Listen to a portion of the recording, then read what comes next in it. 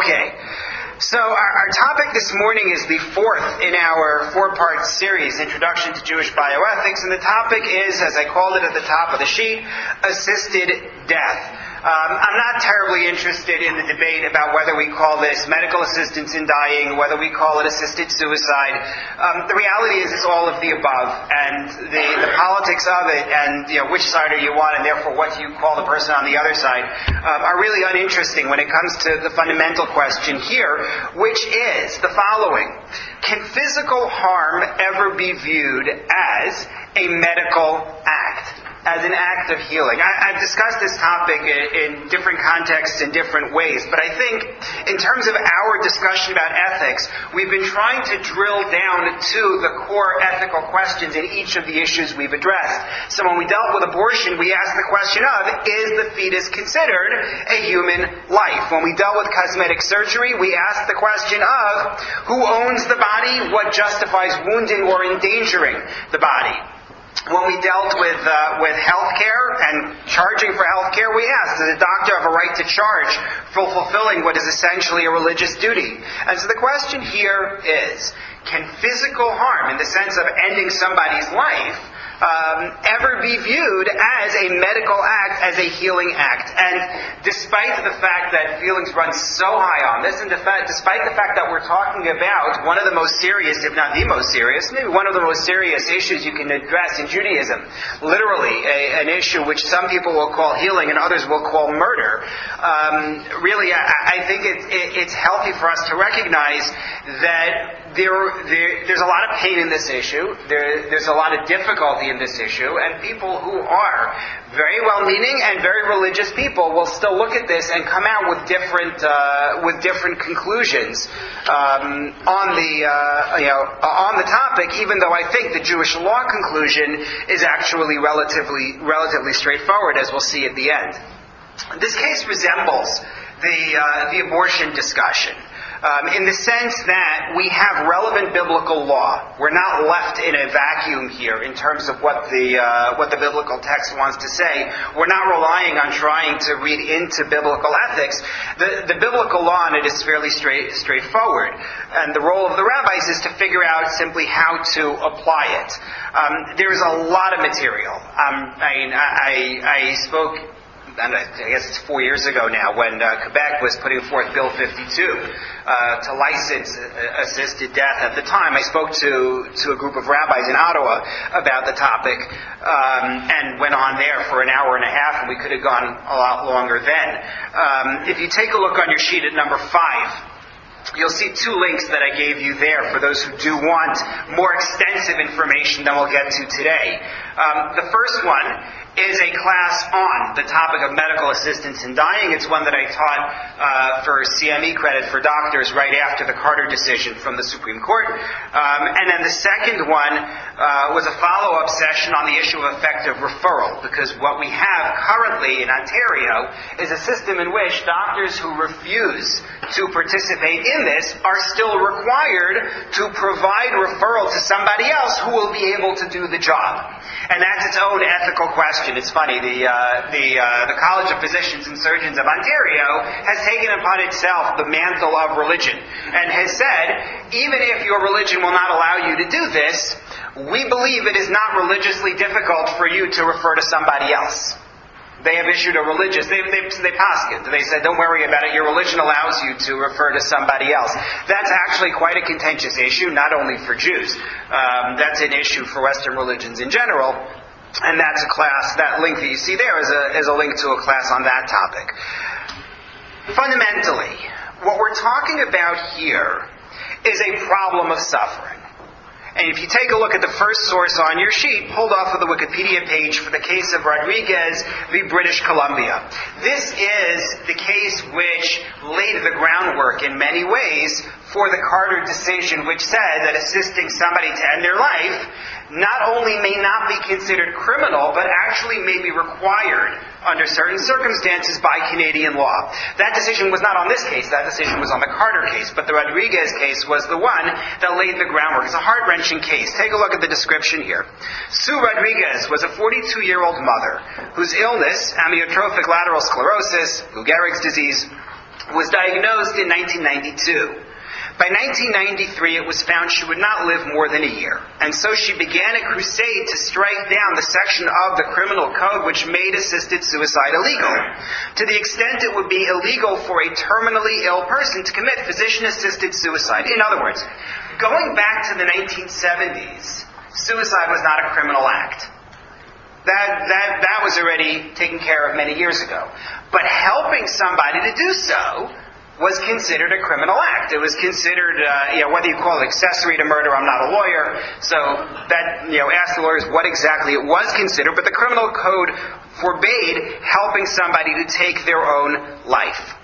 So she applies for getting the assistance of somebody else to end her life to not be considered a crime, to strike that down. She applied to the Supreme Court of British Columbia to have the section struck down because it allegedly violated Section 7, the right to life, liberty, and security of the person, 12, protection against cruel and unusual punishment, and 15 of the Canadian Charter of Rights and Freedoms, and that's the one on equality. And in fact, she loses the case. But in the Carter decision in 2015, the decision made on the Rodriguez case was overturned. And what they argued essentially was that in the event that you deprive somebody of the ability to take their life while they're still able to make that decision and while they're still able to act on that decision, then what you're doing is depriving them of the liberty to do so, and forcing them to shorten their life because they're going to have to act to take their life earlier on while they're still capable of doing it independently. That's essentially, there's more to it, but that's essentially the logic involved. So obviously there's a lot of rancor on both sides, as I mentioned at the outset. One of the concerns that are involved is the fear of what is called the slippery slope. Right? If you're going to permit it for this, if you're going to permit it for this woman with ALS who's going to die within a year, what comes next? The truth of the matter is that slippery slope is a misnomer. Because it's not a slippery slope at all. Right? I mean, what it is a cliff.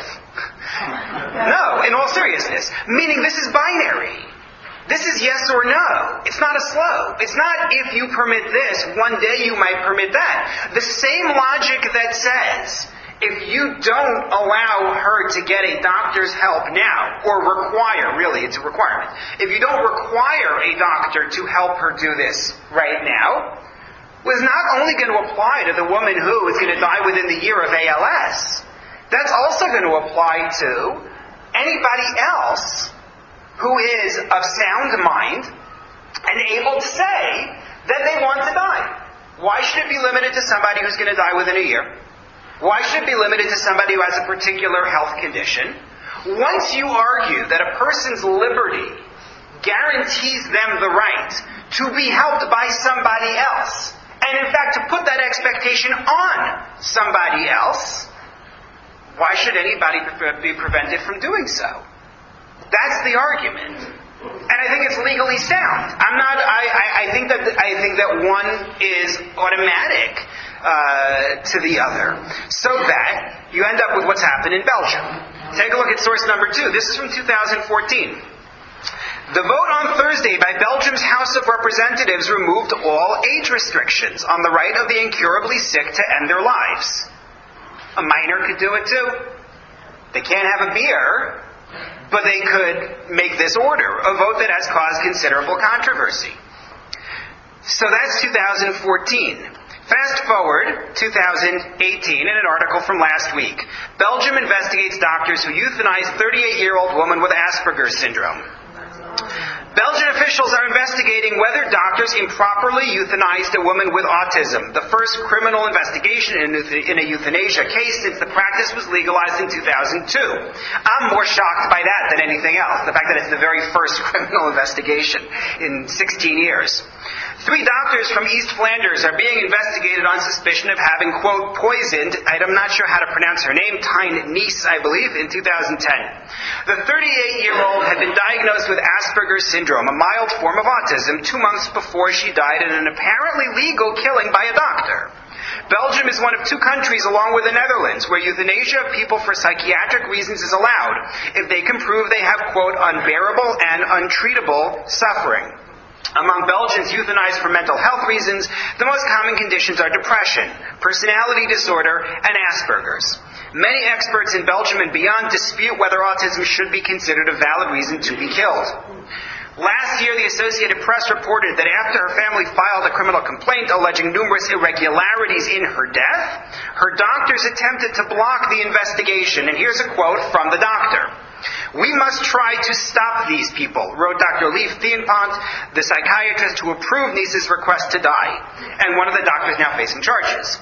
"It is a seriously dysfunctional, wounded, traumatized family with very little empathy and respect for others," the message read. That's her defense and her reason why they should not investigate the case at all. This is a logical result of the decision. Meaning, once you say that failure to carry this out is an infringement on a person's rights, I don't know why you should make any distinction between someone who's suffering from ALS and someone who's suffering from a psychological psychiatric disorder. It's their right to make that demand. With the minors, I think it's a little harder because there is the idea that they don't have the ability to properly assess and make long-term decisions. Their brains aren't even developed to that extent. But that's the basic argument, is that all of these cases come under one heading, which is once you say that effectively what you are doing is the kindest thing that can be done, and therefore this is what they have a right to expect, the same thing is going to apply to a wide range of cases. One of the challenges that you do run into is what I referred to before regarding effective referral, which is, well, what about a doctor who says, that wasn't why I went into medicine? Right? When I went through medical, not me, I am not a doctor, but the doctor says, when I went through medical school, right, when I put myself through all those hours in residency, and when I started my practice, I didn't intend to be ending people's lives. Right? I didn't know that was going to be a requirement in order for me to be able to keep my license and to practice.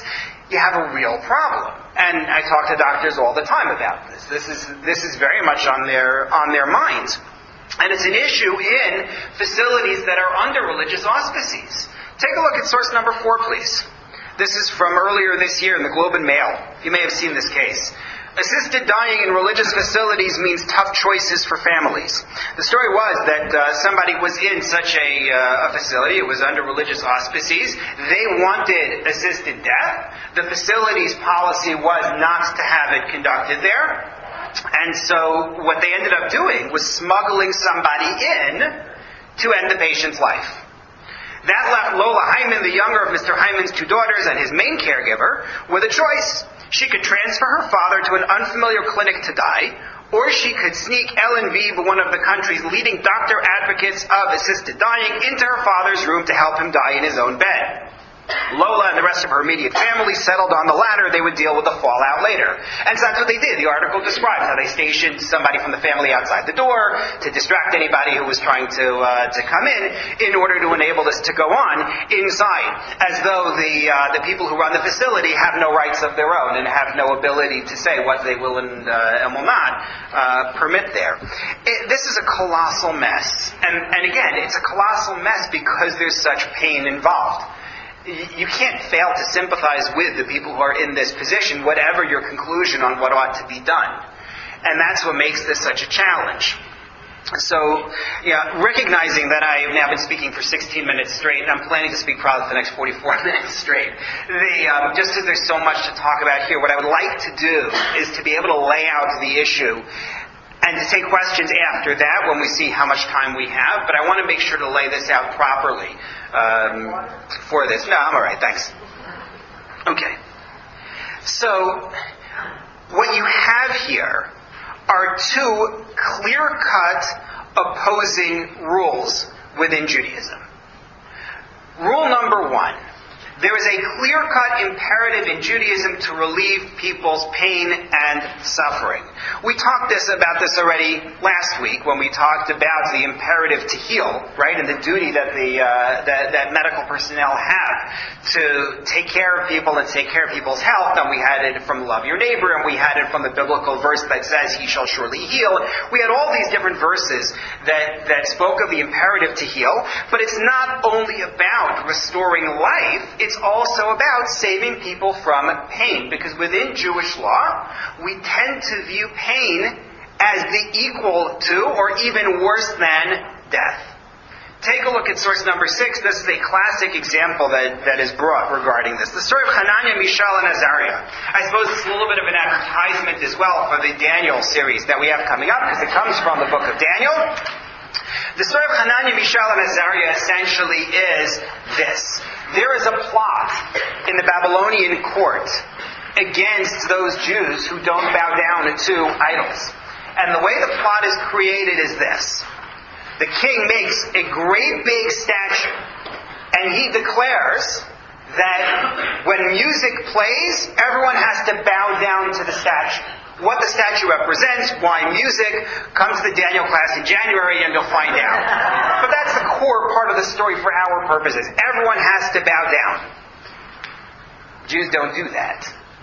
Daniel happens to be out of town when this happens, but his 3 allies in the king's court, Hananiah, Mishael, and Azariah, are there. Music plays, they refuse to bow down. They are cast into a fiery furnace, and miraculously they survive. Not so much the people who threw them in. But look at the Talmud's line. Had the Babylonians whipped Hananiah, Mishael, and Azariah, they would have worshipped the idol. Had they been whipped instead of threatened with being thrown into the furnace, they would have bowed down. It's making a statement about what people can and cannot withstand. They're willing to give up their lives, but enduring torture can actually be harder. Enduring pain can be harder than making a yes or no decision and sacrificing their lives. That's the Talmudic statement. And we generally view, as a result of this and other sources, we generally view mitigation of pain as being on par with saving somebody's life. So, for example, source number 7 addresses a topic we're going to come back to a little bit later, called the double effect. Anyone familiar with the double effect? The double effect is a Christian term for an idea which is an overall philosophical problem. Here's the issue. The Torah talks about a home invasion and says that if somebody is in his house at night and he hears a burglar and is able to, has a weapon, has the ability to defend against the invader, that person has the right to kill the invader. Unless they know clearly that the invader would not kill them, they have the ability to defend themselves. You're saving yourself as opposed to killing somebody else. That's the way that it is viewed. It's Exodus chapter 21. Christian thinkers look at that and say, well, wait a minute. Not so fast. That means that you're killing somebody else to save yourself. It's a single action with 2 effects, double effect. You are saving yourself, but you're killing somebody else. It's not allowed. I think it's Thomas Aquinas who first had this problem and coined the... Nachon. Judaism, we say, as Ruchama notes, somebody comes to kill you, get up early to kill him. Thomas is not so happy with that. He doesn't like that idea. He says, no, you're not allowed to do that. And it's a fascinating discussion philosophically. It leads to all sorts of other questions, which you've heard in some context in university or somewhere else, like the trolley car questions, right? The car is running down the track, and if it continues down this track, it'll kill 2 people. But if you flip the switch, it'll go down the other track, but it'll kill 1 person, but it's your action that's causing it. All those philosophical questions are tied into what happens when you perform an action for a good purpose, but it's going to have a negative purpose as well. And the question comes up in cases of end-of-life care surrounding the issue of certain painkillers which, it is argued, can potentially reduce a person's life expectancy. Now, there's a lot of medical literature on this. I'm going to say something which some doctors will challenge, because it's a debate. And that is, does the use of morphine depress the patient's breathing? That's the fundamental issue. I have been told by physicians in palliative care that if you titrate it properly, you will not damage the patient's breathing. I have been told by other physicians who work in such situations that it's not true. Of course, it's going to weaken the patient's breathing. I, not being a doctor, am not weighing in. It's not the point. The question that is asked is, what if your patient is in great pain? And the only way that you can mitigate the patient's pain is by administering something that might in fact shorten the patient's life. That's the double effect question. Rabbi Waldenberg weighed in on it in source number 7. Rabbi Eliezer Waldenberg, we've mentioned him in previous classes as somebody who answered many medical ethics questions for physicians at Shaarei HaTzedek Hospital for many, many years. He says, whether the medical means are pills or injections, so long as they are given by a doctor with the goal of lessening his great suffering, this is part of the Torah's permission to the physician to heal. In other words, if the goal is alleviating pain, you don't worry about the potential negative impact. Now, mind you, one added note, which we're going to come back to later, is that you can't do it if it's guaranteed to end the patient's life. If it's guaranteed that this dose, not the course, but if it's guaranteed that this dose would actually kill the patient, then he says no. But if you know that it can happen over the course of time with these, but no particular dose can be pinpointed as the one that's going to put him over the edge, then Rabbi Waldenberg is fine with it. Your intent is to mitigate the patient's pain. I bring it here not to discuss double effect. We're going to come back to double effect. But I bring it here in order to show you the imperative of mitigating pain as part of medical treatment. And we include within this not only physical pain, but human dignity. We talked about dignity a little bit in our cosmetic surgery discussion, but human dignity may be a factor here as well. So that's all on one side. I have a clear-cut imperative to relieve pain and suffering. I also have a clear-cut prohibition against murder. And that includes where somebody wants to kill themselves. The Torah says, among other prohibitions, lo tirzach, you shall not commit murder. And if you take a look at source number 8, Maimonides codifies this based on the Talmudic discussion.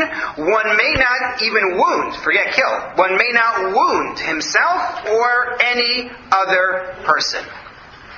Why not? Why am I not allowed to decide to wound myself? Logically. What's the argument? Sorry? Doesn't belong to you. Right? Radbaz writing back in, I think it's the 15th century, maybe the 16th, says life belongs to God.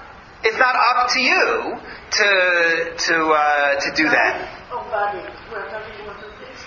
Well, when you talk about death, it's really when you talk about death, no, it's life and body are the same thing. Even in a case of wounding, the Talmudic phrase is, "What's the difference between killing someone fully and killing someone partially?" That's the idea. Others have added elements to this argument. Rabbi Emanuel Jacobovitz, source number 9.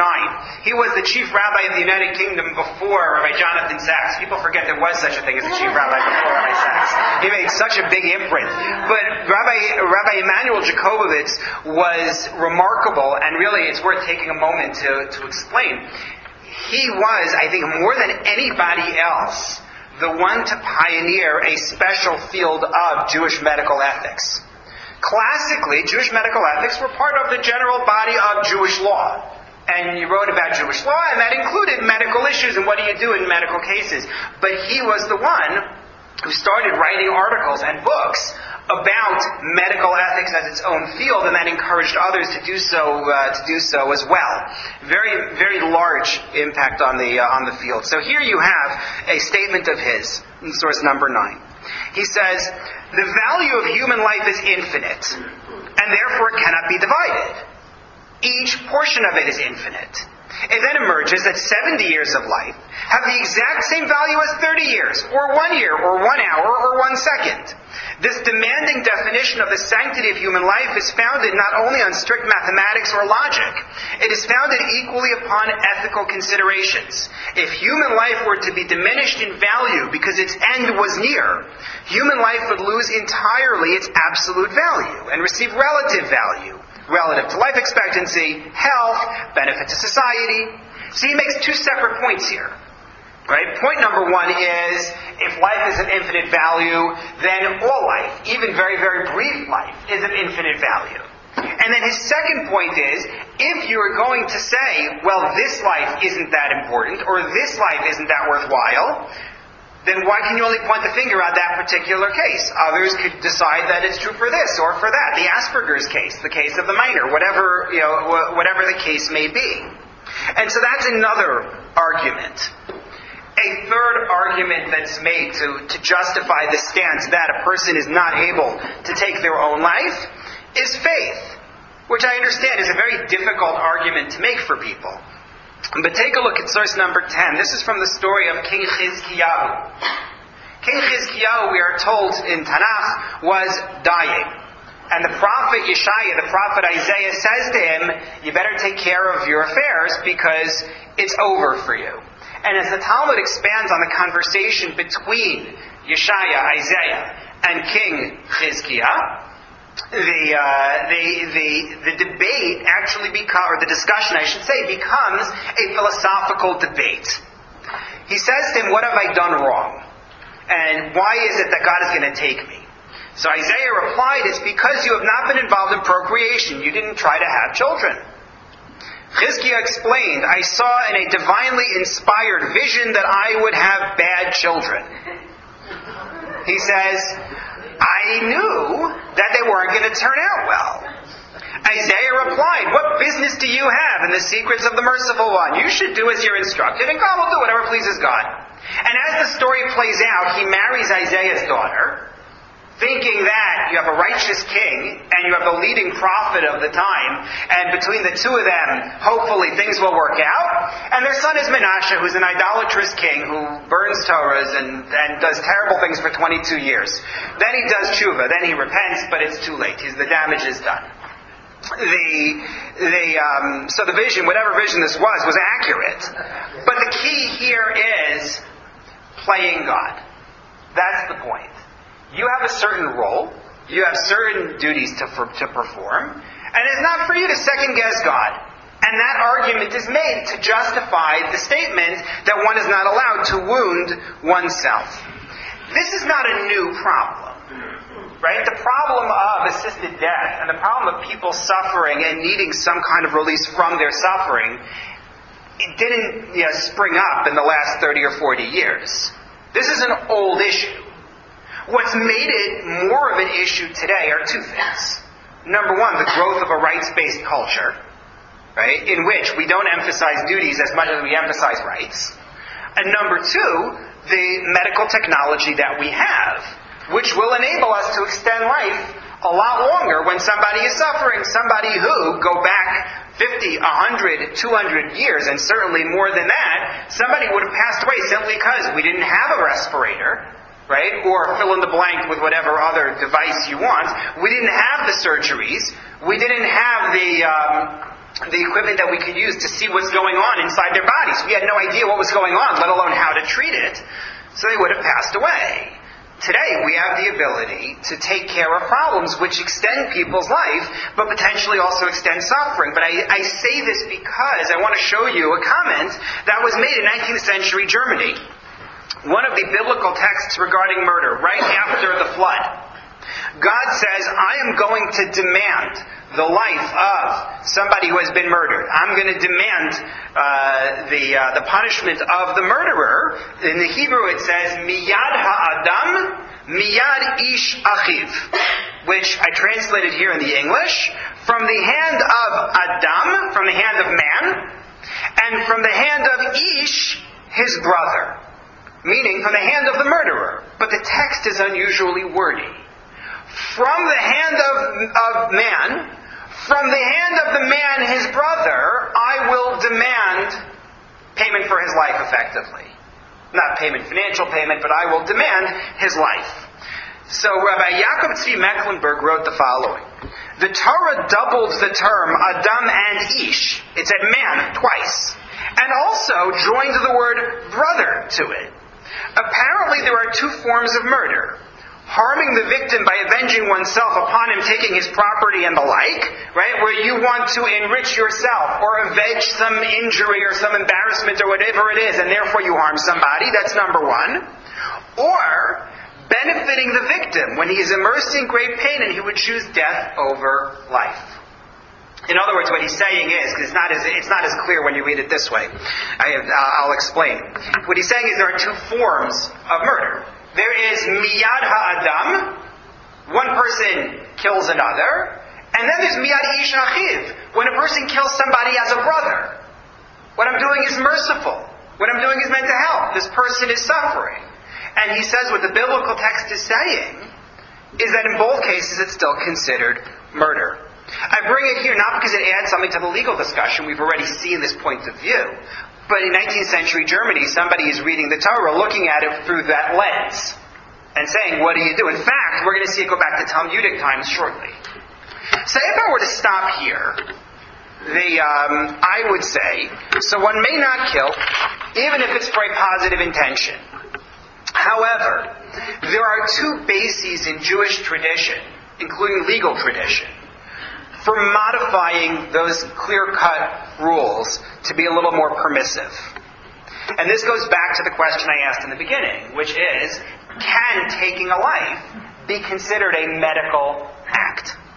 Number one, there is the idea that causing somebody physical harm in a manner of healing, with the goal of restoring health, can be considered medical treatment. We saw this in the cosmetic surgery discussion. If you remember Rabbi Feinstein's statement that we read at the end of the session, I did not bring it again on the sheet here, but he said it's not called wounding someone if you're doing it to improve their situation, not to overpower them and not to take something away or harm them.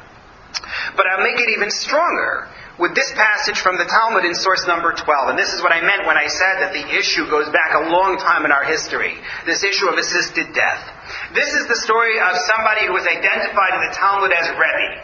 Rebbe's full name, Rabbi Yehuda Hanasi. Rabbi Yehuda the Prince. He was the political leader of the Jews of his day, which is end of the 2nd century, beginning of the 3rd century. He was also the leader of Jewish scholarship of his day. He is the canonizer of the Mishnah, the first core text of Jewish law to be put into writing. He is the one who was responsible for that. He is the be-all and end-all of his day. When you go to Israel, go to Tzipori, they've done a lot in the archaeological digs to find what he had. That was where he lived in his day. So his death was devastating beyond devastating for the Jews of his time. He was the one who liaisoned with the Romans and dealt with all issues with the Roman Empire. He was the one you turned to with all legal questions. He was the biggest. So he's at this stage, he is dying. He had some kind of a bowel disease. There actually are papers that have been written trying to figure out from the scant Talmudic evidence what it was that was wrong.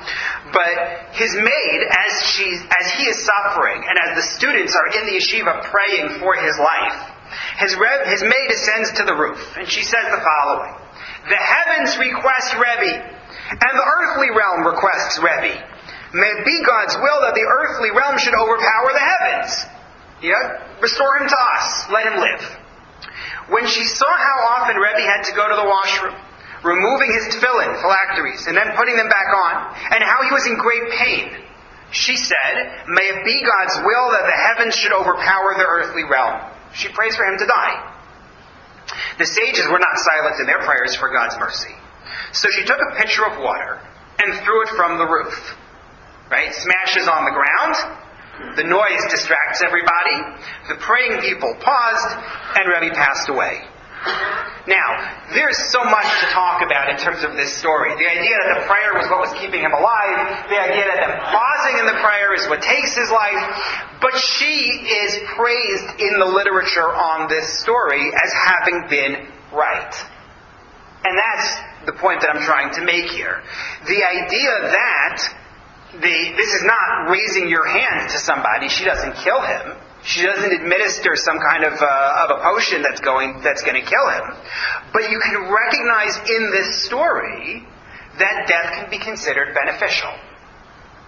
That's the point that I'm bringing here. There's a lot of discussion about this. Is one allowed? Is it okay to pray for somebody to pass away? There's a lot of literature on this. There are some who say yes. There are some who say yes, but not if you're the caretaker, because that gives you a conflict of interest. There are some who say absolutely not. You should just say, God, do whatever is best for the person, and then let God work out whatever that is. There are different perspectives, but again, what it shows us is the idea of death as advantageous. That's number one. That's one mitigating point. The second mitigating point is that suicide may not be prohibited in all cases. Even though we always talk about it as though it is, may not be. And I base this on examples in Tanakh and Talmud. Take a look, please, at source number 13. The end of the first book of Shmuel Aleph. Saul is at war against the Philistines. He is the king. The war turned heavily against Saul. The archers found him, meaning the enemy archers. And he suffered greatly from the archers. And Saul said to his armor-bearer, "Unsheath your sword and stab me with it, lest these uncircumcised ones come, stab me and mock me." But his armor-bearer would not, for he was very afraid, right? He's going to be the one to kill the king. And Saul took the sword and fell on it. Right? That's the origin. Falling on one sword, that's the story that it comes from. And the Talmud, in discussing it, does not criticize Saul. Just the opposite. It says he deserved full honors, he deserved eulogy, and so on. All the things that you've heard that are done or that are not done when somebody takes their own life do not apply to his case. Second story. Going to Roman times. The Romans are trying to get these Jews to stop rebelling against them. They issue a decree. They issue numerous decrees. They prohibit the teaching of Torah, they prohibit the ordaining of teachers, and so forth. With penalties of murder for those involved, penalties of murder for others as well, in the event that someone breaks the rules. Well, Rabbi Hanina ben Tradion is one of the 10 martyrs, if you remember the poem about the 10 martyrs that's recited on Tisha B'Av, the other poem about them that's recited on Yom Kippur. So he is one of those who is murdered by the Romans because he teaches Torah. And he's challenged by one of his colleagues, "Why are you teaching Torah in public? You know they're going to catch you and kill you." And he says, "All right, so then I'll die from this. Better that way." And so sure enough, they catch him. And look at number 14. They brought him and wrapped him in a Torah scroll and bound him with vines and kindled them. They brought wool sponges and soaked them in water and placed them on his heart so that his life would not depart quickly. They want to torture him. His students said to him, "Open your mouth and let the fire enter." He should allow himself to die by smoke inhalation. He said to them, "Better that the one who gave it take it back, and not that I harm myself." He is not willing to do anything to harm himself. The executioner said to him, the Roman fellow, "My master, if I were to increase the flame and remove the wool sponges from your heart, would you bring me to the next world?" And he replied, "Yes." The executioner demands that he swear, and he swore that this would be so. So that he encourages the executioner to act, to hasten his death. He's not willing to do it himself, but he's willing to have the executioner do it. Now, there are differences between these cases and other cases, right? For starters, the fact that they're clearly in both cases going to die immediately. Right? There are also mitigating factors in each case. In the case of Saul, He's concerned also that they're going to use him to demoralize the nation. He talks about them stabbing him and mocking him. Perhaps he's also concerned, as some commentators note, that there might be some kind of mission to try to rescue him, and that people are going to get killed trying to save him from the Philistines. In the case of Rabbi Hanina ben Trajan, it's more about removal of an impediment to dying, as opposed to actively doing something, although they do mention here raising the flame as well. As a matter of practice, I have yet to see a Jewish authority who is willing to say on the basis of this that suicide in the case of pain would be advised. That's not something you'll ever see. What you will see is source number 15. Rabbeinu Asher, one of the most important pieces of Jewish legal tradition. His son wrote the Tur. First of all, Rabbeinu Asher himself was a leading authority in Germany in the 13th century. And then due to persecution, he fled from there to Spain. And the reason why that matters so much is that he bridges the world of Ashkenaz and Sfard. He comes from the Ashkenazi world and he brings all of that with him. He's already a leading figure there to Spain, and he becomes a leading figure there as well. So what he says matters to both communities.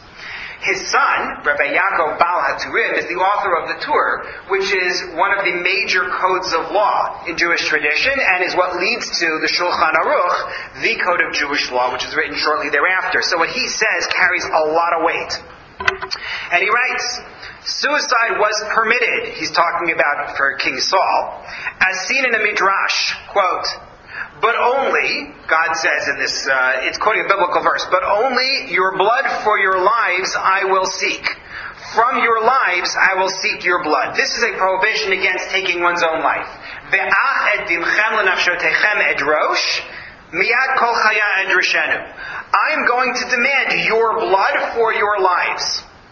So I might say that this is true even for somebody who is being pursued, meaning you're not allowed to take your life, even if you're being attacked by somebody else, as Saul was. I might think it would be prohibited. But he says, look at the first word in the biblical sentence, ach, or as I translated it here, but. That's an excluding word. It says not so fast. This rule isn't going to apply to all cases. It doesn't apply to a case like Saul. Therefore, he was not within the category of willful suicide, and on that basis, we have a tradition going back many centuries that if somebody takes their own life, Rahman al-Litzlan, we don't deprive them of honors. It's very rare. I know people have heard of somebody who takes their own life not being buried in a Jewish cemetery and so forth. It is extremely rare that is implemented. I think I've mentioned it in this room at some point in the past. I have memory of mentioning it. When I was a rabbi in Pennsylvania, I once had a funeral out of town in Scranton, Pennsylvania. And I went there, and it was either the rabbi or the cantor, I forget, showed me a particular grave. And he said, that person used to be buried outside the cemetery. Because they had taken their own life. They were buried outside the cemetery. But what happens, unfortunately, with cemeteries? They need more room. They grow. And so that person ended up being inside the cemetery as the cemetery expanded. It's extremely rare for that to be carried out, because the general assumption is that they must have been dealing with something so terrible that we don't consider them to have made a sound decision. What he is saying here is that aside from that consideration, that what they made was not a sound decision, they were pressed into it by whatever they were suffering from, he's making a statement that, in Saul's case, he deserves full honors because this is not called willful suicide when it's done to avoid the things he was trying to avoid. So what that means is, again, we have precedent for saying that harming somebody, performing an act of physical harm, may actually be considered medically beneficial and a healing act. And number two, that suicide may not have this ironclad prohibition in all cases, and maybe those lead to a mitigation of the statement that you're not entitled to take your own life, and instead we should say there's an imperative to relieve pain and suffering. However, there are also concerns on the other side. There are policy issues. on the other side. For example, creating an approved type of suicide increases pressure on others to take that option. Take a look, please, at source number 16. This is an abstract from a study of other studies. The article, Suicide and the Media. This article reviews 42 studies concerning the relationship between nonfiction media reporting and portrayal of suicide and actual suicidal behavior and ideation. Studies of nonfiction, newspaper, television, and book accounts of reported suicide were examined. Results show an association between nonfictional media portrayal of suicide and actual suicide. The more the media talks about suicide taking place, the more likely that people will perform it. The association satisfied sufficiently the criteria of consistency, strength, temporality, specificity, and coherence for it to be deemed causal. There really is cause and effect. That's what they are finding. I'm not saying this study is the end of all studies on this. This is an issue that has been studied many times. You can see this is a meta-study. They're studying 42 other studies on the topic. My point is that that's a policy consideration here, which is, in the event that you're going to allow it, in cases which are extreme, you should know it will be applied in cases that are not extreme, because pressure will be applied for people to take that route. There's another policy concern.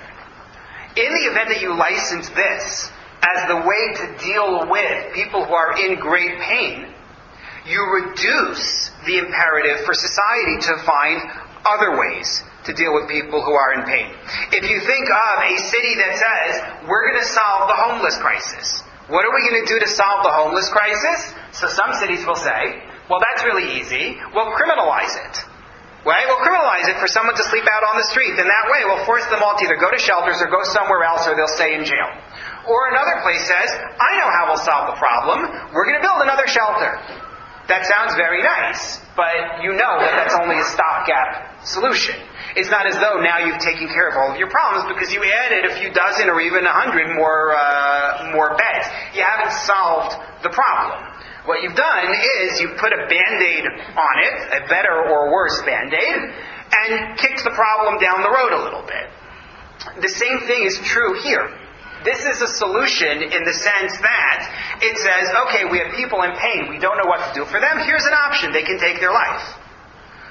But it doesn't actually work on the medical investments that are needed and the financial investments that are needed to take care of people who are in pain, because you say, well, we've solved the problem now. There is no homeless crisis anymore because we dealt with it. And so from a policy perspective, there are concerns. So, what do we do with all of this? Right? Now that we've got, 12 minutes left. And by the way, I am going to stick around at the end for more discussion, and because I know monologuing on this is hard. People have things that they want to say. But what do you do here? So, the conclusion of Jewish law, based on every writer I have seen on this topic, is that at the end of the day, you can't call ending a life a medical act. And that's what I meant when I said in the beginning that the conclusion of Jewish law is relatively straightforward. I have yet to see an authority in Jewish law who will rule that all of the mitigating factors I presented are sufficient to override the prohibition against murder. However, there are 2 points that have to be made. Number one, there is an absolute requirement to pursue all means of palliation. All means of relieving people's pain. So take a look at source number 7. Rabbi J. David Bleich, normally a very sober writer, talks about the issue of treatment of the terminally ill in this 1996 article. And he says, every prudent effort should be made to alleviate the patient's suffering. This includes aggressive treatment of pain, even to a degree which at present is not common in current medical practice. Physicians are reluctant to use morphine in high dosages because of the danger of depression of the cerebral center responsible for respiration. That's what we talked about before. The effect of morphine administered in high doses is that the patient cannot control the muscles necessary for breathing. There is, however, no halachic objection to providing such medication in order to control pain in the case of terminal patients, even though palliation of pain may ultimately entail maintaining such a patient on a respirator. Similarly, there is no halachic objection to the use of heroin in the control of pain in terminal patients. The danger of addiction under such circumstances is, of course, hardly a significant consideration. At present, the use of heroin is illegal, even for medical purposes. Judaism affirms that everything in creation is designed for a purpose. Alleviation of otherwise intractable pain is a known beneficial use of heroin. Marijuana is effective in alleviating nausea. That is a side effect of some forms of chemotherapy. There is every reason to believe that these drugs were given to man for the specific purpose of controlling pain and discomfort. Jewish teaching would enthusiastically endorse legislation legalizing the use with adequate accompanying safeguards of those substances in treatment of terminal patients. He believes that we have to do more in controlling the pain of the patient, and he's willing to consider what others are not necessarily willing to consider. There's a practice that they call snowing the patient. You've heard this term? Snowing the patient? So this refers to high levels of sedation, which may even reach the point of continuous sedation. This can't be done, I'm told, very long term. But Rabbi MordechaI in Israel was asked this question, is that appropriate? Take a look at number 18. The questionnaire asks, I wish to receive counsel and guidance regarding my 91-year-old mother who has fractures all along her spine due to osteoporosis. Recently she fell and was bounced around, and since then she has experienced great pains. The advice of the doctors is to sedate her to prevent pain. According to the doctors, she will not return to walking or to moving her lower body. She can move her arms only lightly. However, she is still lucid. The question, may one go along with the doctor's advice and introduce her into sedation to prevent pain? I understand that this sedation will become a permanent state for the rest of her life. And the response is, the discussion is of a lucid woman, therefore this depends exclusively upon her desire. One should ask her directly. But if that's what she wants, then that's what you do.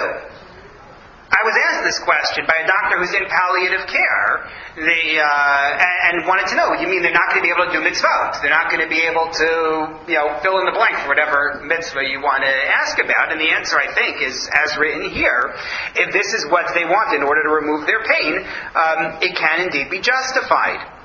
Including the case where, go back to the double effect discussion, it may shorten their lifespan. And that's based on source number 19, where Moses ben Nachman Ramban is the basis for what we already said earlier, when he said, if it's not guaranteed that this will kill the patient, then you're allowed to use it, and you do the best you can. You make your best judgment, understanding that it might accidentally lead to the death of the patient. However, there's one more point, and this is highly controversial and exactly the sort of topic you never discuss with 6.5 minutes left. But this is what we got. The truth is, yes, we could have done a 4-part miniseries on this topic. But the last point, as controversial that it is, requires presentation. And that is, in addition to saying that we have to find all means of palliation, bless you, there are ample grounds for saying that you don't have to continue medical treatment to prolong life. And this is something that involves a lot of debate. And I want to quickly show you 4 different views along the spectrum within Orthodoxy. Understanding that, you should speak to a competent rabbinic authority for all practical questions. I'm going from one extreme to the other. Rabbi Eliezer Waldenberg, who we mentioned earlier, as well as Rabbi J. David Bleich, who I quoted earlier, are of the belief that life has to be preserved, and you have to keep on going and do everything in order to keep the patient alive. Take a look at number 20. Even though we see he is in great pain in his death throes, we still may not act to hasten his death, that's for sure. The world and all of its contents are of God, such is his will, but he continues to say, that's actually not his own, he's quoting somebody else. I didn't bring the full quote, which I should have. But he is of the belief that all life must be preserved. You may not fail to do that which is necessary to extend life. And that's one view. Second view says short-term life need not be extended. Even though we said before that short-term life is also important and that it's viewed the same as long-term life, in truth we know it's not true. For example, Classic Jewish texts deal with the horrific case in which there's a fire, and there are multiple people who are trapped in the fire. And somebody goes in and says, well, I have two people in front of me, and I have one person who, even if I get them out, they're only going to live a couple hours, and somebody else who, if I get them out, they can live much longer, based on their assessment as they're standing there at that moment. And the answer is clear. You take the person who could live much longer. So that tells you there is a distinction between long-term and short-term, even though Rabbi Jacobovitz insisted that all life is of infinite value. On that basis, take a look at source number 21. Rabbi Yaakov Kanievsky, also known as the Stipler, a leading authority in Jewish law in the 20th century, says, regarding the basic principle that one must do everything possible to extend the life of a patient, even though it is only temporary life, in truth, I also heard statements like this in my youth, but I don't know whether it comes from someone reliable. In my eyes, this requires great examination. He quotes you a passage in the Shulchan Aruch in the Code of Jewish Law, where it is clear that one may remove an obstacle to the death of a patient when that would also prevent great suffering. One only may not act upon his body. The Shulchan Aruch, the Code of Jewish Law, deals with the question of somebody who is dying, but there's someone hammering outside the window. And the belief was that that's somehow catching the person's attention and keeping them in this world, even as they're suffering. So you tell the guy, stop hammering, in order to allow the patient to die. Leave aside the question of whether that has an effect or doesn't have an effect. That's not germane. What is relevant is that the statement is you're allowed to remove something which is keeping this patient from dying. One only may not act upon his body. You can't do anything to take his life by acting on the person. If so, then I see no reason to prohibit sitting without acting, where acting would increase suffering. Just the opposite. One should learn from here to refrain from acting. And so he ruled, and Rabbi Yitzhak Zilberstein, leading authority in Israel today, ruled that short-term life, where a person is suffering and we can't do anything about the suffering, need not be extended. Third view, Rabbi Moshe Feinstein. Rabbi Moshe Feinstein, who we've quoted quite a bit elsewhere, says, and it's in sources 22 and 23, he says, you don't cause people suffering, whether short-term or long-term, if you can't cure. It's not about whether the person can only live a short time. Even if you have the capacity to extend a person's life for a long time, you could extend their life for years. If you don't have the ability to cure their illness, and you don't have the ability to cure their pain, then he says don't extend. With a caveat, though. He insists on providing food and oxygen. Food and oxygen, he believes, have to be provided, which, of course, leads to all sorts of questions. Well, what about a ventilator? What about a feeding tube? Right? What about a trach? All the different questions that then come up. Is that included in food and oxygen? But Rabbi Feinstein says in 22, and then he goes back and revisits it in 23 because he was challenged on it. He takes an even more liberal view, so to speak, than Rabbi Zilberstein. Again, Rabbi Waldenberg said, save everybody, extend everybody. Rabbi Zilberstein said, if it's only short-term life and you can't mitigate the suffering, then don't extend. Rabbi Feinstein says, even if it's long-term life that you could provide, but you can't mitigate the suffering, don't extend other than to provide food and oxygen. And then the last view. And the last view is of Herschel Schachter, who was a Rebbe of mine. And he takes the position that the people have a degree of autonomy to refrain from all treatment. He says, in a nutshell, it's based on a passage which we've actually discussed. Remember the discussion we had about the person who endangers his life in order to make a living? Right? The pauper who climbs the tree and all that. And we said that you're allowed to do that. You're allowed to say, for me to survive, I need to have an income, and this is the way I'm going to make my living, even though that incorporates an element of risk. So he argued that this presents a person with a degree of ownership over their life. And therefore he argued, as I laid it out in number 24, that there are three different types of cases. In a case in which everybody would say, you poll 100 people on the street, and all of them would say, I want this treatment.